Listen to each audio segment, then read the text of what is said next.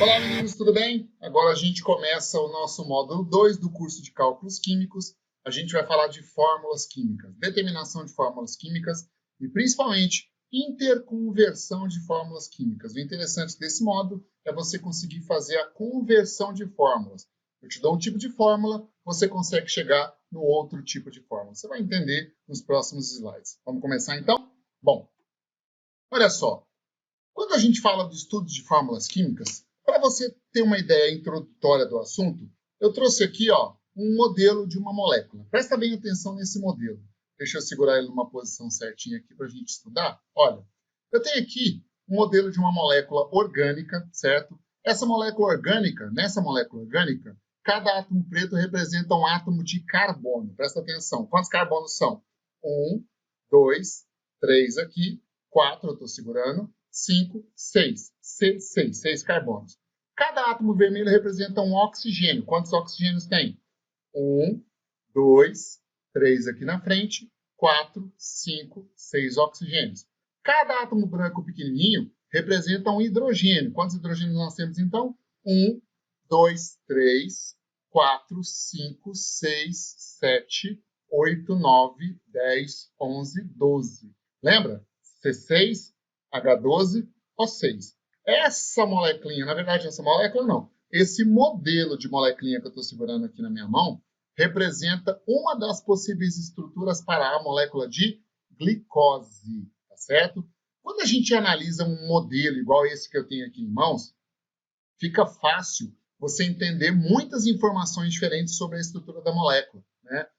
Eu sei que átomo está ligado a quem, eu sei o tipo de ligação, veja, aqui é uma ligação simples, já aqui é uma ligação dupla, tá? Eu sei que carbono está ligado a hidrogênio e carbono está ligado a oxigênio. Eu sei que esse carbono aqui é trigonal plano e esse aqui é tetraédrico, esse é sp2 e esse é sp3. Então, com os modelos de moléculas, dá para a gente extrair muitas informações dessa estrutura. Mas não é nossa realidade trabalhar com esses modelos, por exemplo, em sala de aula, certo? Então, o que acontece? Como é que a gente faz o estudo de fórmulas químicas? Vamos lá, então? Dá uma olhada aqui, na próxima tela. Veja. Aqui eu tenho, para a gente começar, um modelo da molécula de glicose. Aquele mesmo modelo que eu estava analisando aqui, que eu guardei, mesmo modelinho, certo? A partir desse modelo, eu posso destacar, por exemplo, essa fórmula que é chamada de fórmula estrutural. Veja, aqui eu tenho uma representação estrutural da molécula de glicose. Essa representação é muito usada, por exemplo, em química orgânica. E ela também costuma ser representada, na verdade, é mais comum representá-la desse jeito. Olha, aqui eu tenho uma fórmula estrutural, esse tipo de representação a gente chama de fórmula estrutural de linhas, né? Ou alguns chamam de geométrica também. Qual informação a fórmula estrutural de linha nos fornece? Vem cá, vamos analisar comigo. Ela nos fornece primeiro a conectividade. O que significa conectividade? Conectividade, anota na sua folhinha, é o mesmo que sequência. Eu sei pela fórmula geométrica, pela fórmula estrutural de linhas, o sequenciamento dos átomos. Quem está ligado a quem? Qual é a sequência de átomos dentro da molécula? Isso a fórmula estrutural de linhas me dá. Também sei a quantidade de átomos de cada elemento químico que nós temos na estrutura da molécula. Só para você ter uma noção, olha só, carbonos nós temos 1, 2, 3, 4, 5, 6 carbonos. Oxigênios, 1, 2, 3, 4, 5, 6 oxigênios. Hidrogênios entram completando as 4 ligações do carbono, 12 átomos de hidrogênio. Então, outra informação que a gente consegue através da fórmula estrutural é a quantidade de átomos por molécula, né? Os tipos de ligações, olha só, analisando esse modelo, né, essa fórmula molecular, estrutural, quer dizer, eu sei que as ligações são covalentes, porque são átomos diametais. Eu sei onde tem ligação simples, sei onde tem ligação dupla. Isso tudo dá para ver na molécula, na estrutura. Sei a geometria da molécula, né? Sei a geometria tanto da molécula quanto dos átomos. Esse átomo de carbono aqui, por exemplo, é um carbono trigonal plano, aqui. E os outros carbonos são carbonos, todos sp3 são carbonos tetraédricos. Todas essas informações a gente pode extrair da análise da fórmula estrutural. Agora veja, partindo da fórmula estrutural, esse tipo de fórmula chama fórmula molecular. É só contar quantos carbonos, quantos hidrogênios, quantos oxigênios. Qual a principal informação que a fórmula estrutural nos dá? Ela nos dá, olha aqui, ó, a proporção real em mols de cada elemento químico. Ou seja, na glicose nós temos 6 mols de carbonos, 12 mols de hidrogênios, 6 mols de oxigênios. Tudo bem? Bom, a partir da fórmula molecular eu consigo, simplificando tudo aqui por 6, olha só, divide por 6, divide por 6, divide por 6. Nós temos a fórmula mínima. Que informação a fórmula mínima te dá? Ela te dá a proporção, só que agora reduzida, a proporção mínima em mols de cada elemento químico que forma a substância. É a proporção minimalista, é a proporção reduzida de cada elemento químico. Partindo aqui também da fórmula molecular, a gente consegue a fórmula centesimal. Presta muita atenção nessa fórmula aqui, ó. Essa fórmula aqui é muito importante e sempre muito cobrada de vocês. O que a fórmula centesimal te dá de informação? Ela indica a porcentagem, olha só, em massa. Porcentagem em massa de cada elemento químico, que entra na composição daquela substância. Então, por exemplo, quando eu falo que a fórmula centesimal da glicose, pode ser também fórmula percentual, é C40%, H 6,66% e O 53,33%, significa o seguinte, ó, 40% da massa da glicose é carbono, 6,66% da massa da glicose é hidrogênio e 53,33% da massa da glicose é oxigênio, ok? Então, esse mapa mental que eu tenho aqui inicialmente nos dá algumas das principais fórmulas e quais as principais informações que cada uma delas nos dá. Isso é importante, você precisa saber quais as principais informações que cada fórmula te dá. Para o nosso estudo que a gente está começando agora, as mais importantes são a fórmula molecular, a fórmula mínima e a fórmula centesimal. Essas três são importantíssimas. Então, anota no seu papelzinho e lembra qual é a informação que cada uma dessas fórmulas nos dá. Tudo bem? Vamos seguir? Olha só. Interconversão de fórmulas químicas. O nosso grande objetivo aqui é você fazer a conversão de fórmulas. Como assim, Ronald? Eu te dou uma fórmula e você chega no outro tipo de fórmula para a mesma substância. Por exemplo, eu tenho aqui a fórmula molecular da glicose. O que ela lembra? O que ela nos dá de informação? Lembra? A proporção real em mols de cada elemento químico. Eu fornecendo para você a fórmula molecular, você tem que ter condições de chegar na fórmula mínima. O que a fórmula mínima te dá de informação? A proporção, né, mínima em mols. Então, a gente vai fazer transformação de fórmula molecular para fórmula mínima. Como se faz? Na hora certa eu te falo. Também vamos chegar na fórmula centesimal. Lembra que a fórmula centesimal indica a porcentagem em massa de cada elemento químico. E a gente também vai fazer a conversão de fórmula centesimal para mínima e fórmula mínima para centesimal. Então, o nosso principal objetivo é esse, fazer a interconversão de fórmulas. Os exercícios de vestibulares, eles fazem assim, eles te dão um tipo de fórmula para você chegar no outro tipo de fórmula. Tudo bem? Bom, seguindo, olha só, primeiro caso de conversão de fórmulas, a gente vai transferir, a gente vai converter, né, de fórmula molecular para a fórmula centesimal. É bem fácil, é bem tranquilo de fazer isso aqui. Preste muita atenção que esse assunto é fácil. Olha só, nós vamos converter de fórmula molecular para a fórmula centesimal. Você não pode esquecer uma coisa. Quando você está fazendo uma conversão de fórmulas, eu estou saindo de qual informação e estou chegando em qual informação. Lembra que a fórmula molecular te dá a proporção real em mols e a fórmula centesimal te dá a porcentagem em massa. Então, no final das contas, quando você faz esse tipo de conversão, você está transformando mol em massa. E o que você usa para transformar mol em massa?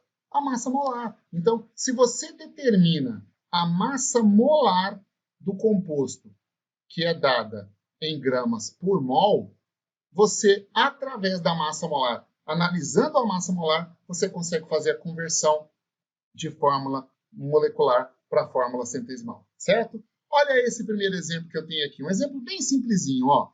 Determine a fórmula centesimal do ácido acético.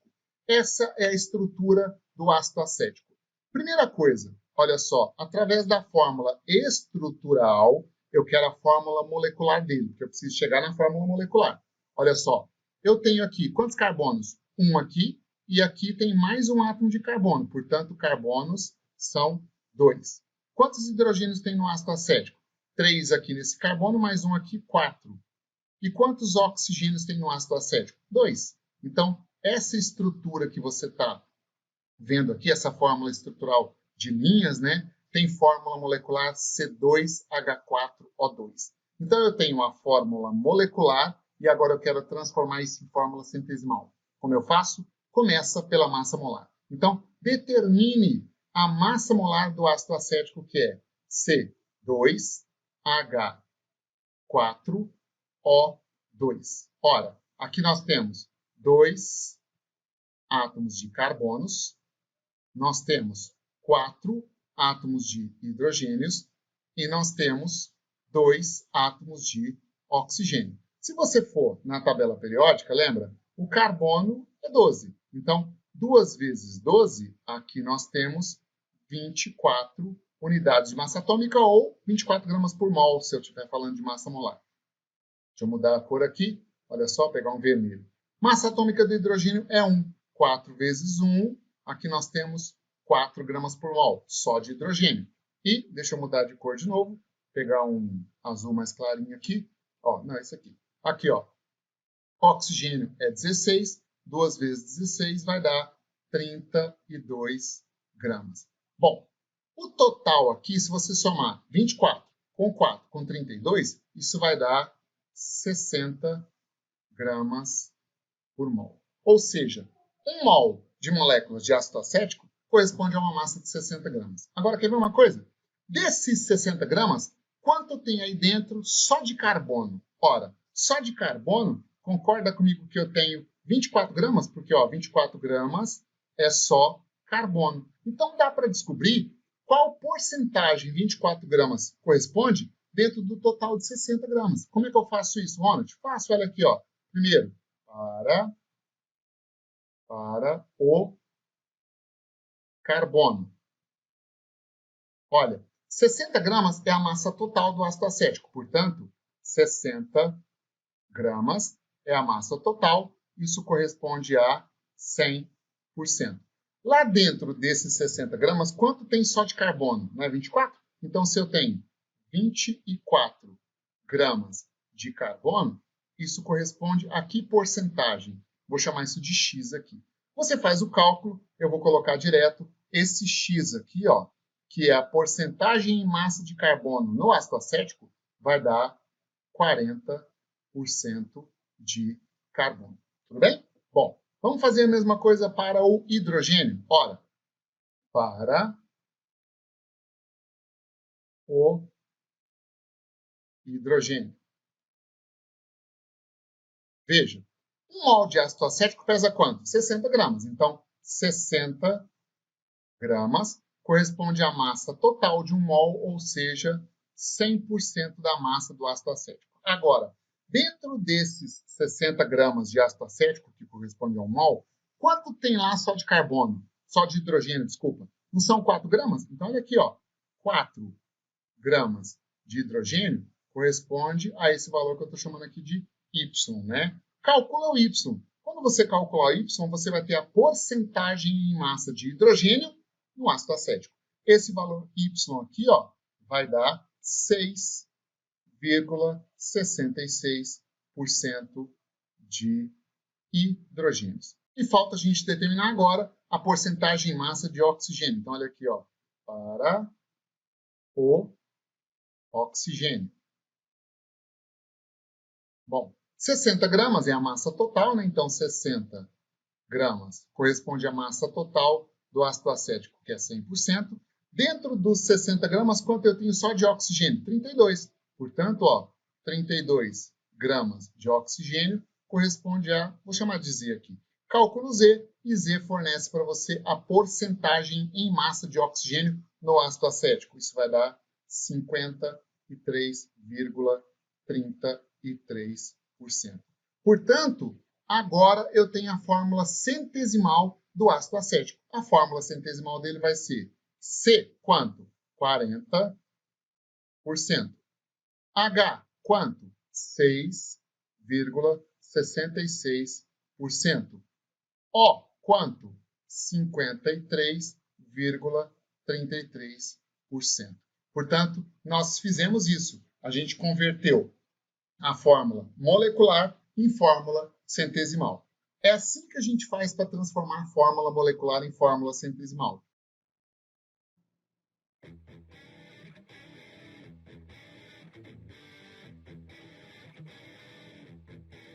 Olá, meninos, tudo bem? Agora a gente começa resolvendo a questão número 1 da lista sobre o assunto de determinação de fórmulas químicas. Olha o que fala o enunciado dessa questão. Olha, a porcentagem em massa de carbono no clorofórmio é quanto?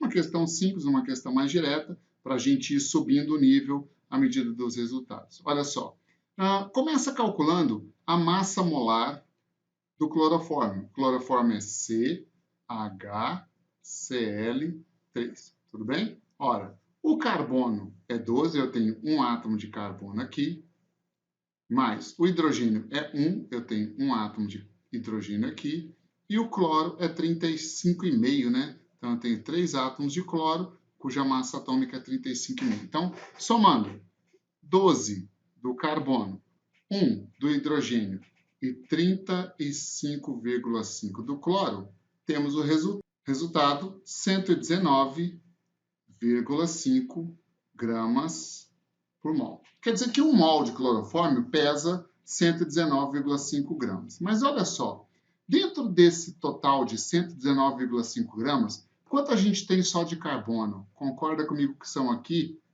12 gramas de carbono? Então dá para fazer uma regra de 3 para você resolver com porcentagem. Olha só, 119,5 gramas. Corresponde à massa total de um mol de clorofórmio, que é 100%. 12 gramas, que são 12 gramas de carbono, corresponde a X. Esse X vai dar 12 gramas vezes 100% dividido por 119,5 gramas. Eu simplifico aqui a unidade de massa, então gramas com gramas. Então ficou 12 vezes 100, 1.200, né? 1.200 por 119,5, isso aí vai dar quanto? Aproximadamente 10% de carbono. Portanto, resposta da questão está na letra B, ok? Aguardo você para a próxima questão.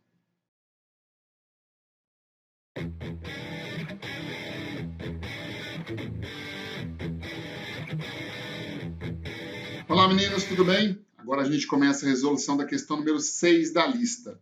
O enunciado dela diz o seguinte, dá uma olhada aqui, ó. Nos processos de fermentação, pode-se usar o fermento biológico formado por levedos ou fermento químico, cujo componente principal é o bicarbonato de sódio. Então ele deu aqui, ó, o nome do fermento, que é o bicarbonato de sódio, e deu a fórmula dele, NaHCO3. Nessa substância, a porcentagem em massa do elemento químico hidrogênio é igual a quanto? Beleza, vamos lá. Olha só, o que a questão nos fornece? Ela nos fornece a fórmula NaHCO3.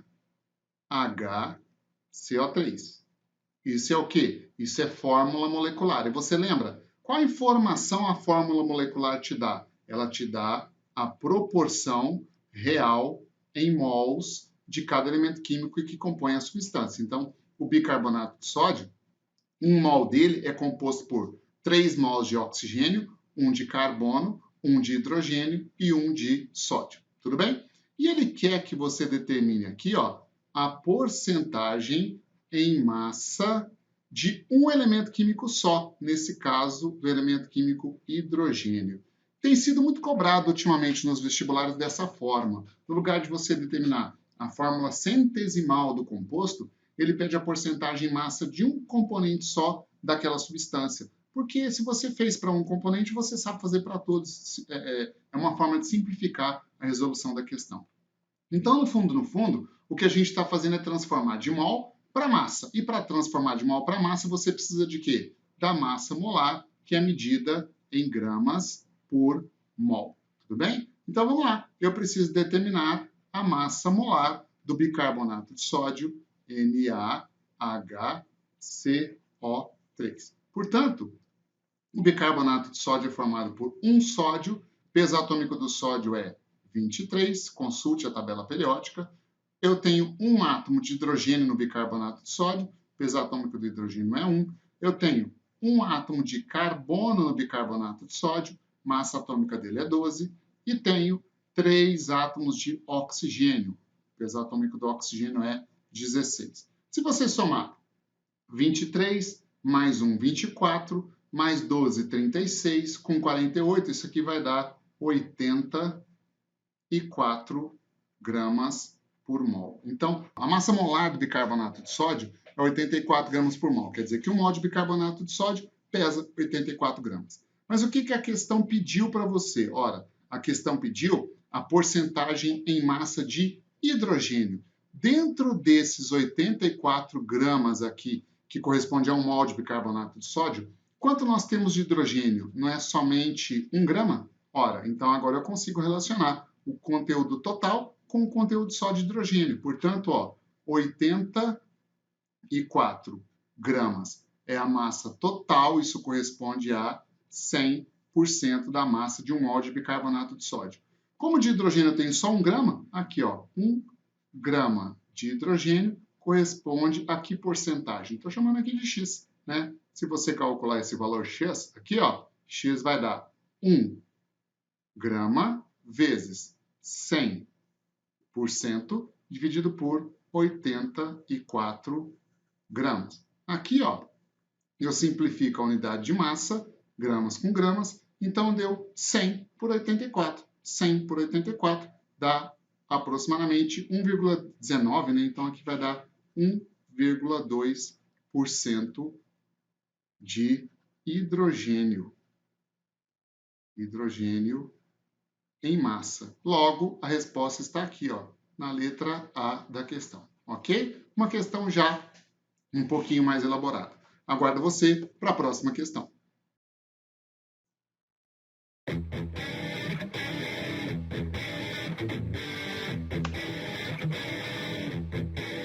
Olá, meninos, tudo bem? Agora a gente resolve a questão número 7 da lista. Essa é uma questão da Unicamp, já é uma questão de nível mais elevado, então presta atenção para você entender. O enunciado fala o seguinte: o corpo humano é composto majoritariamente por água, cuja porcentagem em massa pode variar entre 80% quando se nasce e 50% quando se morre, ou seja, perde-se água enquanto se envelhece. Considere que aos 3 anos de idade, 75% do corpo humano é água e que todo o oxigênio do corpo humano seja o da água aí presente. Então, essa é uma informação importante. Todo o oxigênio que a gente tem no corpo corresponde, ele vem, da água presente nesse corpo. Nesse caso, pode-se afirmar que a proporção em massa de oxigênio no corpo é aproximadamente quanto? Entendeu? Vamos lá? Então, olha só o que ele está falando. Quando você tem um bebê com idade de 3 anos, 75% do corpo humano é água. Então, olha que bonitinho aqui. Da massa total dessa criança, a massa total dela corresponde a 100%. Né? Da massa total dessa criança, a gente sabe que 75% é água. Então, vou colocar aqui, é água. Agora, uma parte dessa água é oxigênio, tá? Primeira coisa, como que eu faço para descobrir quanto de oxigênio tem na água? Ora, com a fórmula centesimal, a gente consegue essa porcentagem, até porque eu quero a porcentagem em massa. Então, eu vou fazer o seguinte, aqui na frente, eu vou calcular até de vermelho para mudar de cor aqui, Determina a massa molar da água. A massa molar da água, na água tem 2 átomos de hidrogênios, na água tem um átomo de oxigênio, né? A massa atômica do hidrogênio é 1, a massa atômica do oxigênio é 16, somou aqui deu quanto? Deu 18 gramas por mol. Significa que 1 mol de água corresponde à massa de 18 gramas. Porém, olha só, quando você analisa 18 gramas de água, dentro dessa massa de 18 gramas, que corresponde a 1 mol, quanto nós temos somente de oxigênio? São 16 gramas. Então, em 18 gramas de água, que é a massa total, eu tenho 16 gramas de oxigênio. Dá para descobrir a porcentagem em massa de oxigênio na água. Como é que eu faço isso? Está aqui, ó, 18 gramas, que é a massa de 1 mol de água, corresponde a 100%, né? 16 gramas de oxigênio que eu tenho lá dentro corresponde a que porcentagem? Ora, estou chamando aqui de X. Esse X vai dar 16 gramas vezes 100% dividido por 18 gramas. 16 vezes 100 dá 1.600. Então, 1.600 dividido por 18 vai dar 89%, ou seja, 0,89. Quer dizer que 89% da massa da água é oxigênio. Voltando lá na criança, veja, dos 100% de massa da criança, 75% é água, mas tudo isso é oxigênio? Não. Quanto é oxigênio? Oxigênio vai ser 89% disso. Então, se eu pegar 75% e multiplicar por 0,89, eu vou ter a porcentagem correspondente de oxigênio na água do corpo da criança, certo? Então, aqui, ó, 75% multiplicado por 0,89 vai dar 66,7 aproximadamente, né, por cento de oxigênio. Então, nós temos, de acordo com as instruções da questão, né, com o enunciado da questão, nós temos aproximadamente 66,6 ou 66,7% de oxigênio no corpo de uma criança. Só que lá nas alternativas ele deu essa proporção em fração, né? É só você transformar. 3/4 corresponde a 75%, não é a resposta da letra A. 2/3 corresponde a 66, aproximadamente, 66%. Meio corresponde a 50%. E 3/5 corresponde aproximadamente a 60%. Então, convertendo, né, transformando em porcentagem, nós chegamos na resposta da letra B. Portanto, 2/3 do corpo dessa criança, de acordo com o enunciado da questão, é formado por átomos de oxigênio. Tudo bem? Aguardo você para a próxima aula.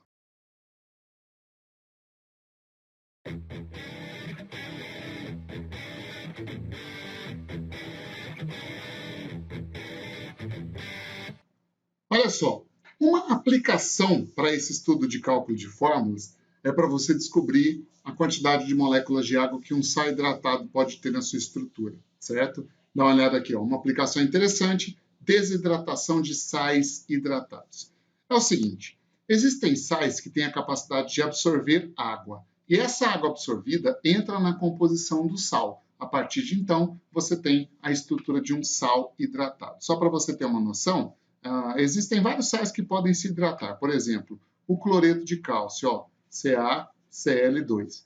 Do jeito que ele está aqui, ele é chamado de cloreto de cálcio anidro. Anidro, presta atenção nessa palavra. Anidro significa ausente de água, certo?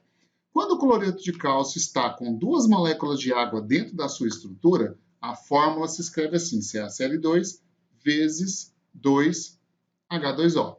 E aí ele passa a ser chamado de cloreto de cálcio biidratado. Se ele tiver, por exemplo, com 6 moléculas de água, a fórmula fica CaCl2 vezes 6H2O. Então, esse seria o cloreto de cálcio hexaidratado, certo? E assim por diante. Oxaidratado, tetraidratado com 4 moléculas de água e assim sucessivamente. Então, existem vários sais que têm essa propriedade de absorver água na sua estrutura. E a partir de então, eles passam a ser chamados de sais hidratados, tudo bem?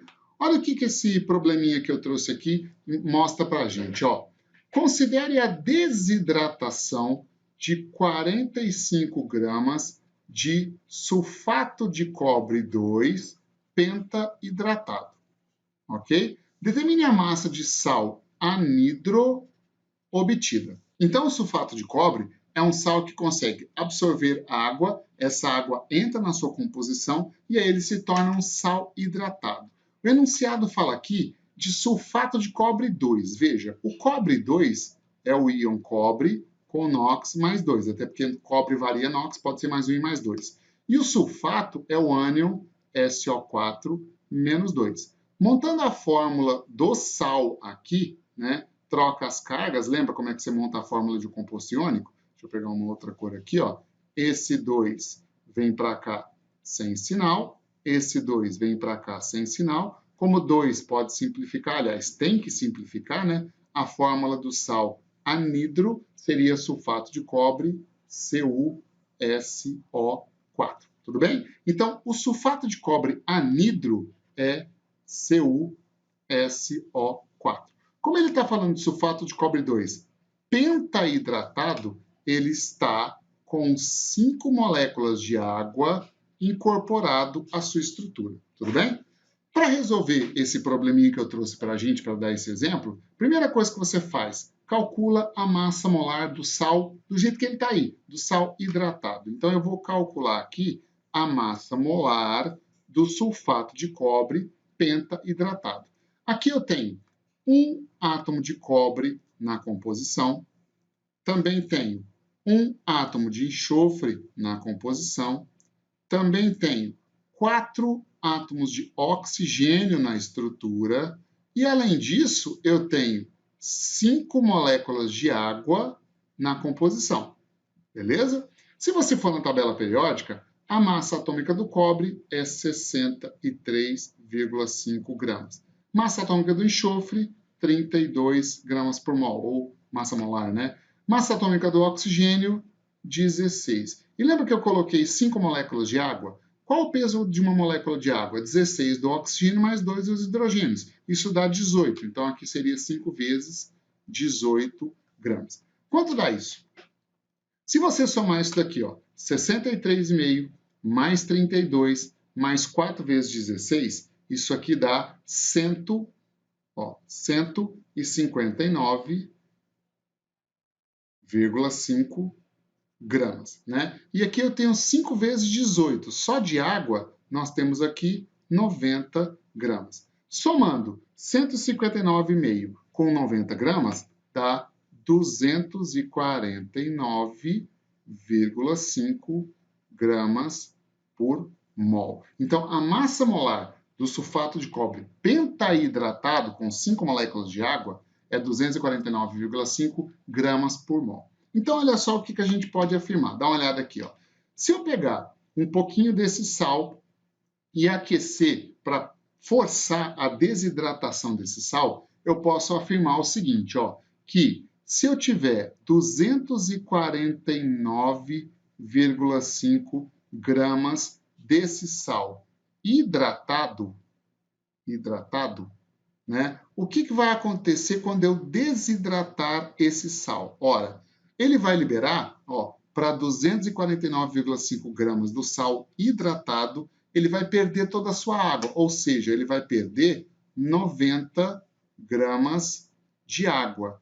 E o que sobraria desse composto seria o sal anidro. Quanto daria a massa de sal anidro? 159,5 gramas do sal anidro. Entende isso? Então, 249,5 gramas é a massa do sal hidratado. Aqui dentro temos 90 gramas de água que saem pela desidratação, pelo aquecimento, e sobram 159,5 gramas de sal anidro. Isso pode virar uma regra de 3. Como é que eu faço isso? Ora, olha aqui, ó. Então, isso pode virar uma regra de 3. Como é que eu faço isso? Olha aqui, ó. Para 249,5 gramas do sal hidratado, aqui, ó, hidratado, nós temos 159,5 gramas do sal anidro, que significa ausente de água, e temos também 90 gramas de água de hidratação que saem pelo aquecimento, certo? Vamos lá na questão? Olha o que ele fala.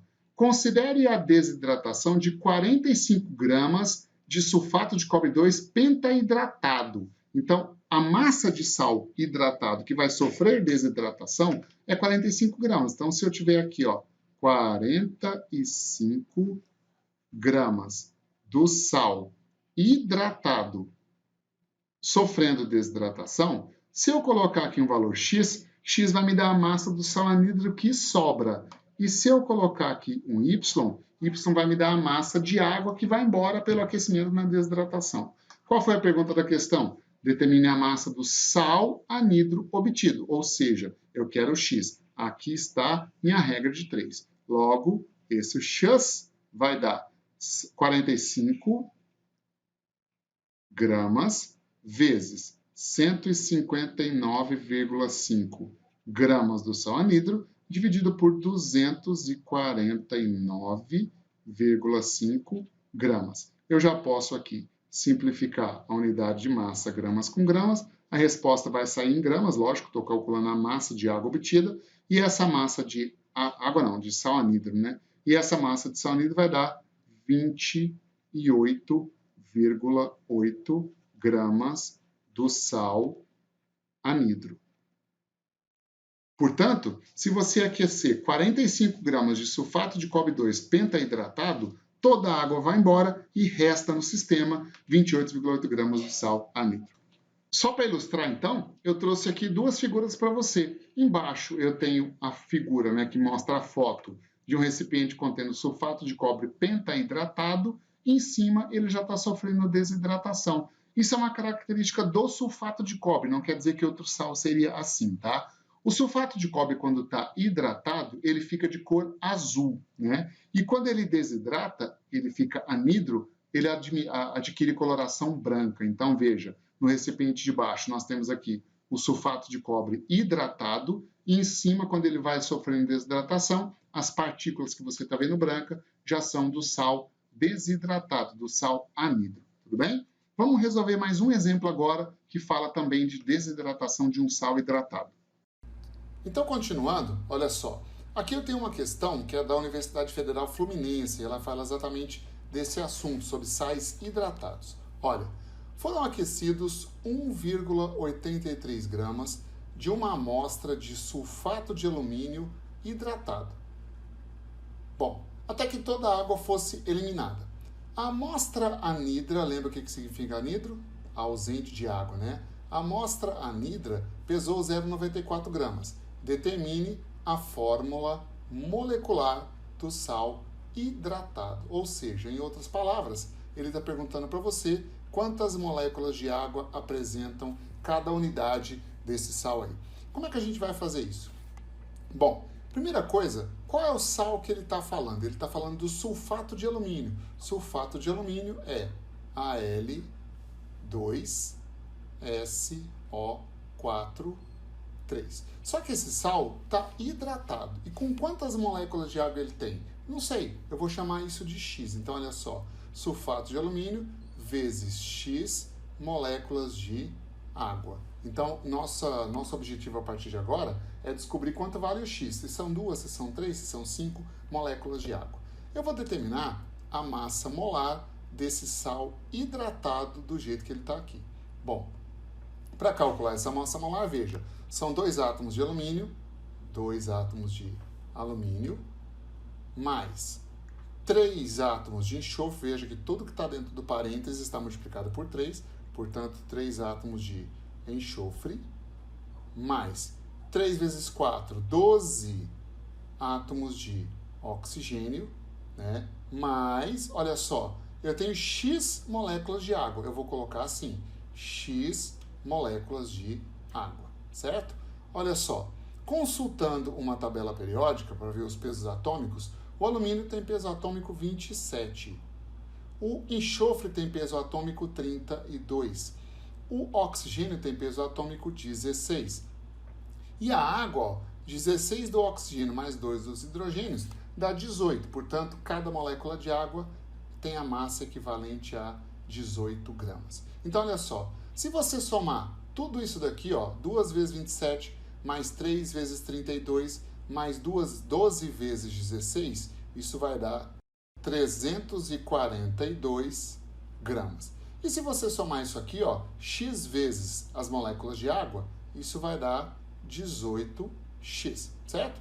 Portanto, olha só, quanto dá a massa molar do composto todo hidratado? Vai dar 342 mais 18x. Esse é o valor total da massa molar do composto hidratado dado em gramas por mol. Tudo bem? Então, olha só o que vai acontecer. Aqui eu trouxe uma ilustração, ó. Se eu pegar uma amostra desse sal hidratado e aquecê-la com o intuito de desidratá-lo, o que vai acontecer? Se a gente aquecer, por exemplo, 1 mol dessa amostra, de cada 342 gramas mais 18x gramas, o que é isso? É a massa de 1 mol do sal hidratado, lembra? Quanto a gente vai ter de liberação de moléculas de água? De água, a gente vai ter a saída de uma massa igual a 18x gramas. E quanto vai restar do sal anidro? O sal anidro, que seria o sulfato de alumínio, Al2SO4, 3, vai restar uma massa anidra de 342 gramas. Portanto, olha o que eu posso afirmar em relação a esse sal, olha só. Para 1 mol do sal, ou seja, 342 mais 18x gramas, nós temos uma massa total, né?